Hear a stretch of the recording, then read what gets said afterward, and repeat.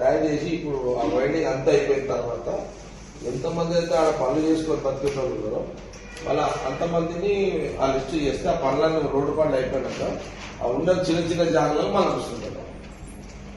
అర్థమైపోయింది. అది అయిపోయిన తర్వాత అక్కడ భూలక్ష్మ గుడి తీసి మన శివాలయంలో పెట్టినాం కదా, మళ్ళీ భూలక్ష్మ గుడి ఆడ పెట్టించాం.